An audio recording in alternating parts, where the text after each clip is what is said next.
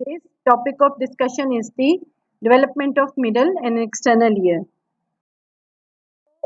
The, some features of the middle and external ear. The middle ear has got tympanic cavity in which lies the three ear ossicles, and they transmit the sound waves towards the internal ear, and here they are attached to the tympanic membrane. Then the external ear, it has got external auditory meatus, and then the pinna, auricle. So this is the auricle. So this is the middle and the external ear. Development of middle ear. The middle ear cavity is derived from the first pharyngeal pouch, and hence it is lined by endodermal epithelium. So this is the first pharyngeal pouch, you can see here, and it is lined by the endoderm. The middle ear ossicles are derived from the mesenchyme of the first and second pharyngeal arches. This is the mesenchymal condensation for the development of the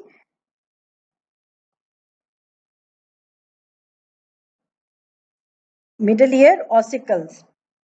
The first pharyngeal pouch elongates in a lateral direction to form the tubotympanic recess. Now this tubotympanic recess, you can see here, tubotympanic recess. The proximal part of this recess remains narrow and forms the auditory tube. So this is the auditory tube, and the distal part of the tubotympanic recess, it expands to form the tympanic cavity. So this will expand like this and will form the tympanic cavity.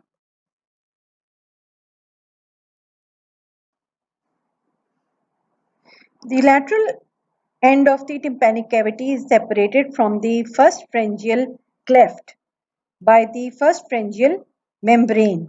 You can see here. So this is the first pharyngeal cleft, and this is the first pharyngeal pouch. Here you can see.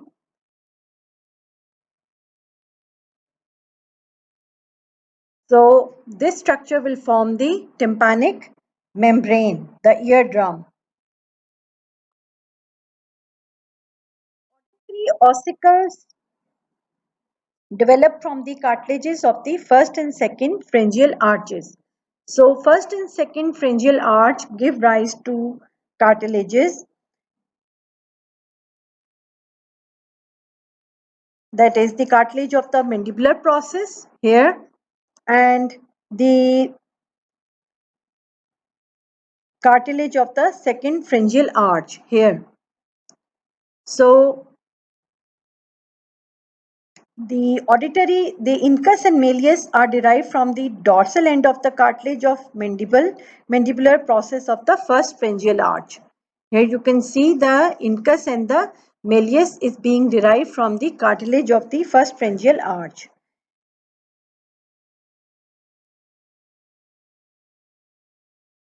The stapes is derived from the dorsal end of the cartilage of the second pharyngeal arch. Here you can see stapes.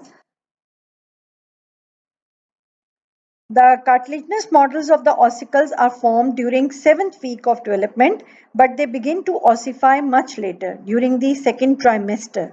The developing ossicles and their associated muscles and ligaments remain embedded in the mesenchyme adjacent to the tympanic cavity until the 8th month of intrauterine life. So they remain embedded there in the mesenchyme. During the 8th month, the mesenchyme surrounding the auditory ossicles begin to disperse, and quickly disappears. Simultaneously, the endoderm lining of the cavity expands to line the newly created space, and consequently the auditory ossicles and their associated muscles and ligaments, they become completely covered by the endothelial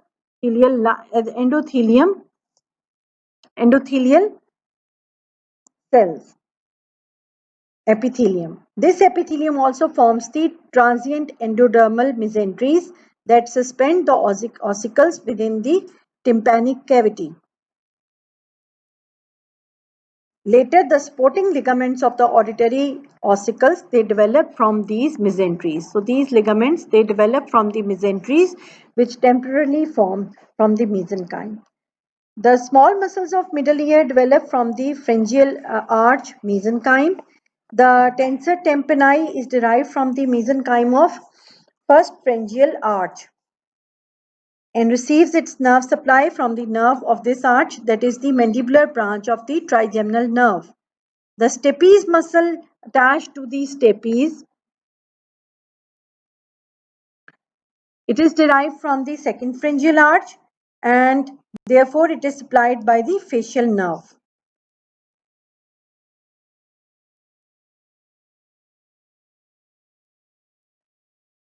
You can see the expanding endodermal cavity dispersing the mesenchyme. Here you can see and enveloping these ossicles, and ultimately these ossicles, they are present in the this endodermal lined cavity, and the distal part, it remains narrow, proximal part remains narrow, and it forms the auditory tube. During the late fetal period, the tympanic cavity extends into the petromastoid part of the tympanic bone. This dorsal extension of the middle ear cavity creates the epitympanic recess. Here, this one, epitympanic recess, and the tympanic antrum. Tympanic antrum. So the mastoid air cells, these are the mastoid air cells, are formed after birth when the mastoid process of the temporal bone develops. The air cells develop from the epithelial diverticula that arise from the tympanic antrum and grows into the bone to form the epithelium lined air sacs.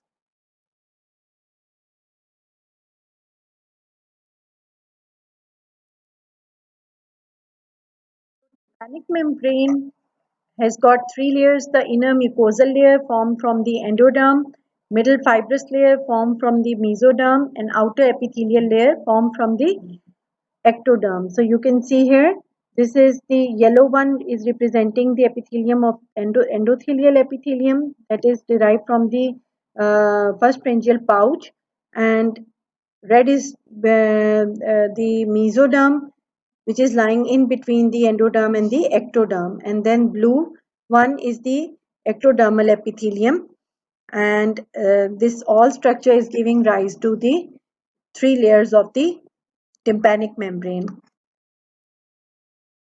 So that's why the nerve supply of the tympanic membrane is different on the outer aspect and the inner aspect of the tympanic membrane, because it is derived from the different sources. External ear, it, it develops around the first branchial arch. This is the first branchial arch, and around this the external ear, it appears. The auricle develops from six elevations which develop around the first pharyngeal cleft during the fifth and sixth week of development. You can see here six elevations, they develop from the first pharyngeal around the first pharyngeal cleft. These elevations, called the auricular hillocks, appear due to the proliferation of mesenchyme at the dorsal end of the first and second pharyngeal arches, so that the cranial three hillocks are derived from the first pharyngeal arch. 1, 2, 3. These are derived from the first pharyngeal arch, and 4, 5, 6 are derived from the second pharyngeal arch. The caudal ones are derived from the second pharyngeal arch. The auricular hillocks fuse and merge with each other to form the auricle. You can see here they are fusing and merging with each other to form the auricle. Initially, the auricles are located in the lower neck region. As the mandible develops, the auricle gradually shift their position and move upward. Finally, the auricles, they occupy normal position on the side of the head at the level of eye in the seventh month of intrauterine life. The development of external auditory meatus. The external auditory meatus develops from the ectoderm lined first pharyngeal cleft. So this is the first pharyngeal cleft and it is ectodermal lined. Initially, the meatus is shallow, but it deepens by the proliferation of ectoderm in the following way. The ectodermal cells at the bottom of the meatus proliferate. So, ectodermal cells at the bottom of the this uh, cleft, they proliferate during the third month and they form a solid epithelial plate known as meatal plug.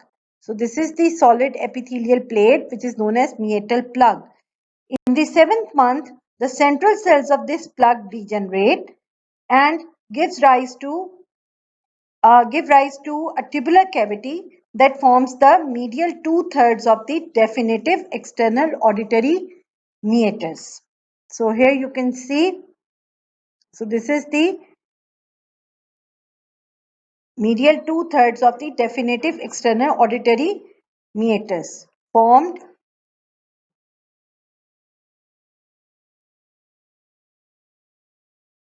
Now the tympanic membrane, it develops from the first pharyngeal membrane. Now this membrane is composed of an outer lining of ectoderm, an inner lining of endoderm and an intervening layer of mesoderm. The ectoderm gives rise to cutaneous layer of the earderm that consists of a layer of stratified squamous keratinized epithelium. Now the mesoderm forms the fibrous layer, whereas the endoderm forms the mucosal layer that consists of simple cuboidal epithelium.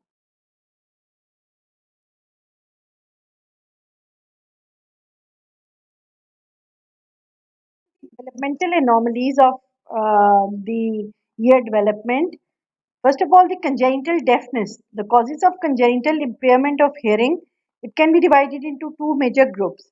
Now, maldevelopment of the sound conducting apparatus of the external ear and middle ear can be responsible for the congenital malformation, congenital deafness. The major anomalies included in this group are the atresia of the external auditory meatus. Now, the external auditory meatus is not well developed. It doesn't cavitate. Atresia of the tympanic cavity. And third one is the congenital fixation of stapes to the oval window. Maldevelopment of the second cause is the maldevelopment of the neurosensory structures of the internal ear. Now, deafness due to maldevelopment of the spiral organ of corti is one of the major causes of congenital deafness. Infection by rubella, German measles virus during the 7th to 8th week of gestation interferes with the normal development of organ of corti. Infection with poliomyelitis virus or the protozoan Toxoplasma gondii may also cause damage to the internal ear. Embryoblastosis fetalis with hyperalbuminemia may damage the cochlear nuclei. Maternal diabetes and hypothyroidism may also produce congenital deafness by causing maldevelopment of the internal ear.